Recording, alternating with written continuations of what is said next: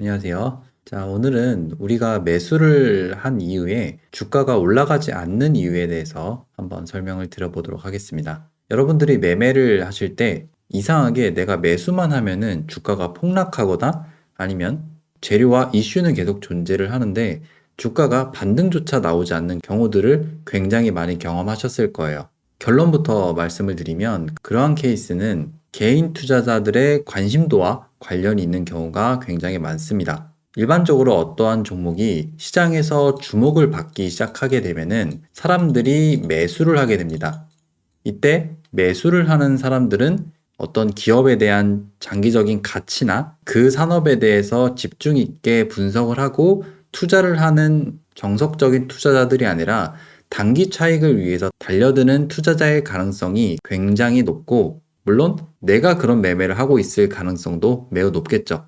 세력주의 특성상 이런 개인 투자자들과는 절대로 같이 가지 않기 때문에 내가 어떤 구간에서 매매를 하다가 손실이 나거나 아니면 내가 매도를 하자마자 주가가 날아가는 경험이 있으셨다면 대부분 개인 투자자들의 포지션과 관련이 깊은 경우가 굉장히 많을 거예요.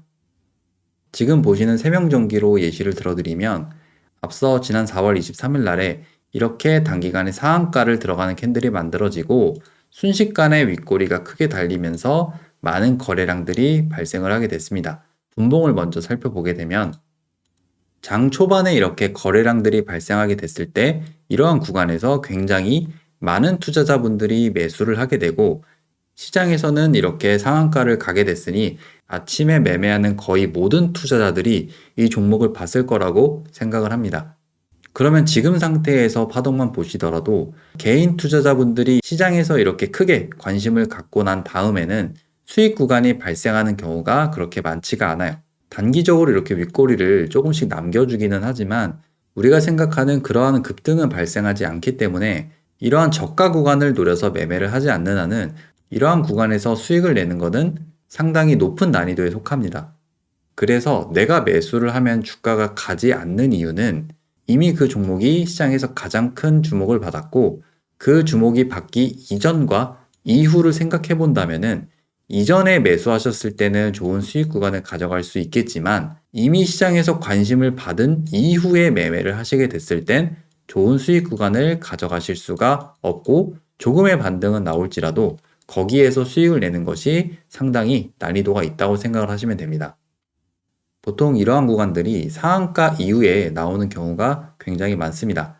지난 4월 28일 날에 한싹의 경우에는 SK 관련해서 보안 관련주로 상한가에 진입을 하게 됐어요.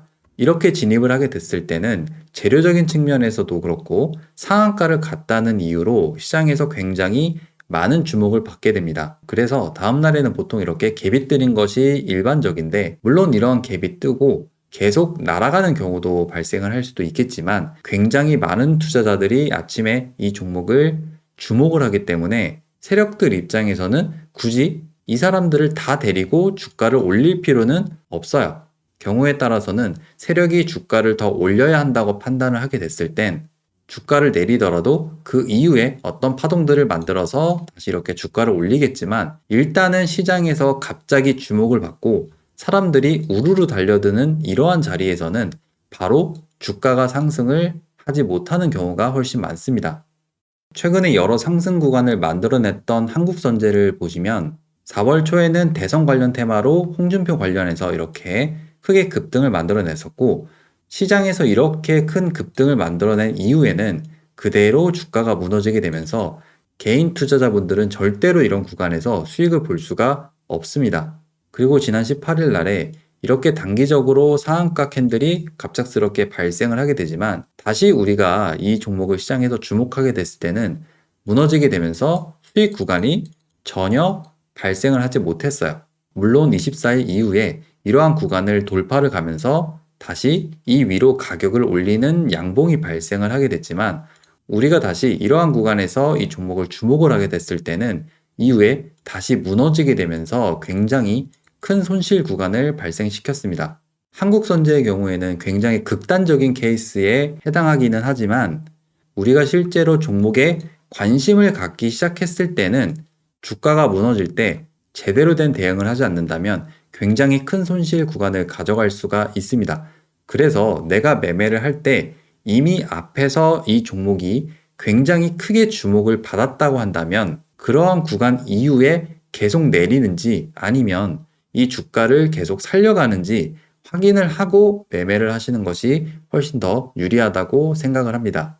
지난 인벤티지 랩의 경우에서도 그런 부분들을 확인할 수가 있는데 비만 치료제 관련해서 갑작스럽게 호재가 발생을 했고 단기 과열에 들어간 종목이긴 하지만 이렇게 갑작스럽게 상한가에 들어가게 됐습니다. 그리고 다음 날에 이러한 단기 과열이 풀리게 되면서 굉장히 큰 갭이 발생을 하게 되고 거래량도 많이 터지게 되면서 시장에서 사람들이 전부 다 아침에 매수를 하려고 이렇게 달려들게 됐습니다.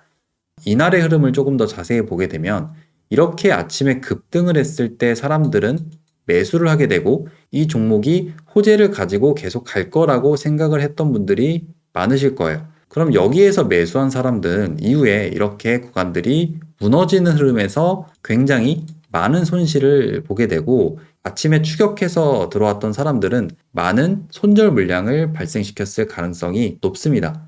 그럼 사람들이 주목했을 때는 이러한 구간에서 많이 매수를 하게 되고 이후에도 주가가 계속 무너지게 된다면 굳이 우리가 이러한 구간에서 매매를 할 필요는 없어요. 하지만 이러한 구간을 만들어내고 다시 파동을 만들어내는 이러한 흐름들은 세력들이 만들어내는 흐름일 수밖에 없기 때문에 이후에 다시 이렇게 상승 구간을 만들어내면서 추가적인 고점 구간을 만들어낼 수가 있습니다. 그래서 이러한 구간에서도 우리가 확인할 수가 있는데 실제로 우리가 종목을 갑자기 관심을 받기 시작하는 자리에서는 주가가 바로 이렇게 상승할 가능성이 매우 낮고 우리가 손절을 하게 되면은 주가가 올라가는 이유는 바로 이러한 원리 때문에 발생을 하게 됩니다. 만약에 여러분들이 이러한 케이스를 굉장히 많이 만나게 되신다면은 내가 과연 개인 투자자와 똑같은 매매를 하고 있는지 아니면 반대로 생각해서 매매를 하게 되는지 한번 확인해 보시면은 굉장히 좋은 기준을 찾아내실 수가 있을 거라고 생각을 합니다. 어떤 세력주라도 개인 투자자와 상승을 같이 가는 종목은 없기 때문에 개인 투자자분들이 따라 들어오는 자리는 상승을 가기 전에 페이크를 치는 구간이거나 아니면 이미 너무 많이 상승을 해서 물량을 전부 다 떠넘기는 자리일 가능성이 매우 크니 그러한 자리들을 피하고 내가 확인을 하는 매매를 하신다면은 지금보다 훨씬 더 나은 포지션에서 매매를 하실 수가 있을 거라고 생각을 합니다.